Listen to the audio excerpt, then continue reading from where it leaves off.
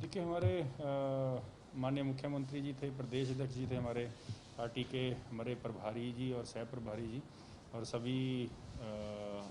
विधायकगण, सभी मंत्रीगण और सभी सांसदगण थे उसमें, केंद्र मंत्री भी थे उसमें जो हरियाणा से हैं। तो ये सभी के साथ हमारी आज एक बैठक थी। इसमें कोविड को लेकर पूरे हरियाणा को किस तरीके से सुरक्षित किया जाए और आगे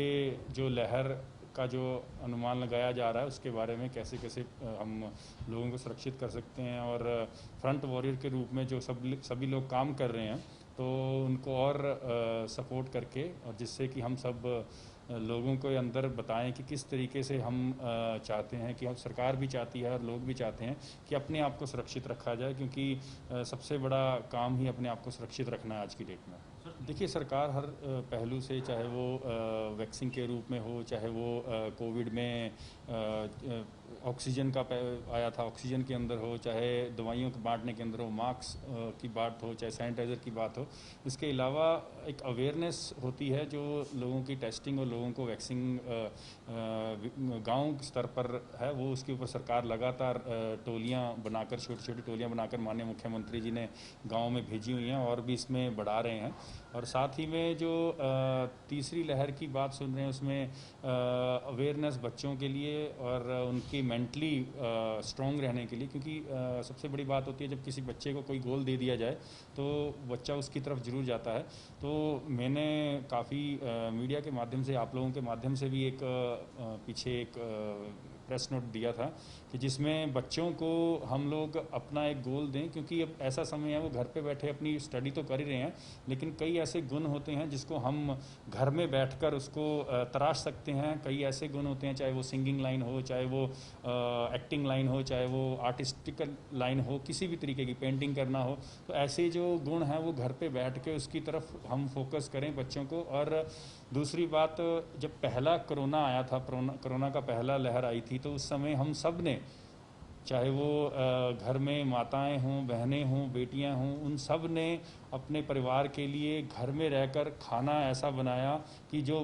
बच्चे थे, बुजुर्ग थे, जो अपने परिवार वाले थे, वो सब ने घर में रहकर खाना खाया, और वो खाना जो जंक फूड से बहुत दूर करता है। तो इसलिए वो खाना हमारा इम्यून सिस्टम भी अच्छा करेगा और बच्चों को, बुजुर्गों को, और जो इस कोरोना लहर में हमें अंदर से स्ट्रॉन्ग करेगा, जिससे कि हम एक कोरोना जैसी बीमारी को लड़ने के लिए, क्योंकि जहाँ जहाँ हम अंदर से इंटरनली अपने ऑर्गन्स को स्ट्रॉन्ग रखेंगे उतना ही जल्दी हम इस कोरोना काल से जीत सकेंगे। देखिए, ऐसे कोरोना काल में सबसे बेहतर है कि इन लोगों को जो बातचीत है सरकार के साथ, अभी नरेंद्र जी तोमर जी हमारे केंद्रीय मंत्री जी हैं, उन्होंने बातचीत के लिए कहा भी है कि आप बातचीत करने चाहें तो हम कर सकते हैं, लेकिन अब जिद या उसकी बात नहीं है। अब इन लोगों के अंदर है कि हम पहले तो ये वैक्सीन भी बीच में मना कर रहे थे, अब सरकार हर तरफ से इनको मदद कर रही है, चाहे वो वैक्सीन के रूप में हो, चाहे वो दवाई के रूप में हो, चाहे टेस्ट के रूप में हो। और माननीय अनिल विज जी हमारे स्वास्थ्य मंत्री और हेल्थ मिनिस्टर, उन्होंने भी और सीएम साहब ने भी काफ़ी सरकार को की तरफ से हेल्प दी है। तो मुझे लगता है कि इन लोगों को कोरोना को देखते हुए अपना हेल्थ को पहले देखना चाहिए। देखिए, बहुत दुख की बात है जब पीछे एक सेंटर के अंदर गोलियां चली, उसके बाद सुशील कुमार जी का ऐसे अरेस्ट होना, और जो आप बता रहे हैं कि खिलाड़ियों के साथ लगातार कहीं ना कहीं ऐसा माहौल देखने को और सुनने को मिल रहा है, तो खेल जगत में बहुत निंदनीय भी है। और ऐसी बातों से खिलाड़ियों को वैसे ही दूर रहना चाहिए, क्योंकि एक मेरे पुराने कोच रहे हैं, उन्होंने एक बात कहते हैं कि खिलाड़ी एक अंडे की तरह होता है, एग की तरह होता है, जो कच्चा अंडा होता है,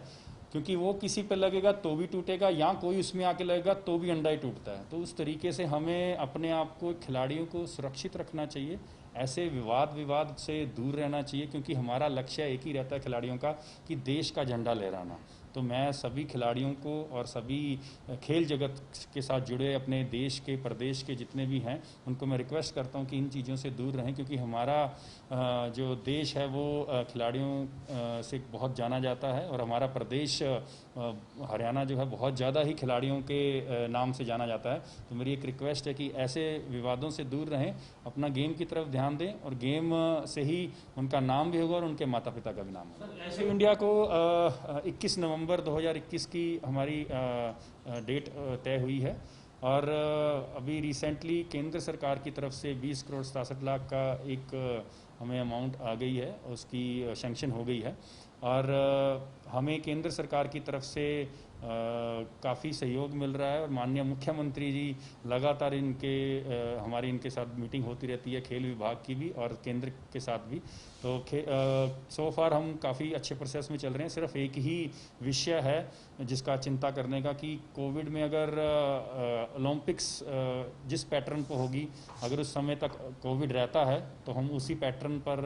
ओलंपिक्स के पैटर्न पर ही हम खेलो इंडिया करवाएंगे। अगर ओलंपिक्स डिले होती है किसी कारणवश और कोरोना में अगर उनको डिले किया जाता है तो डेफिनेटली जो खेलो इंडिया है वो भी आगे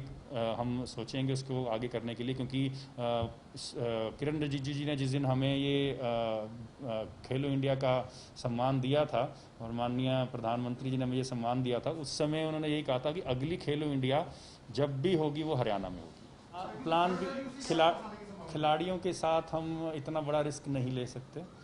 और कोविड में अगर छोटी सी भी परेशानी कोविड को लेकर दिखी तो इसको हम आगे ही करेंगे, क्योंकि ये 18 साल तक के बच्चों का होगा और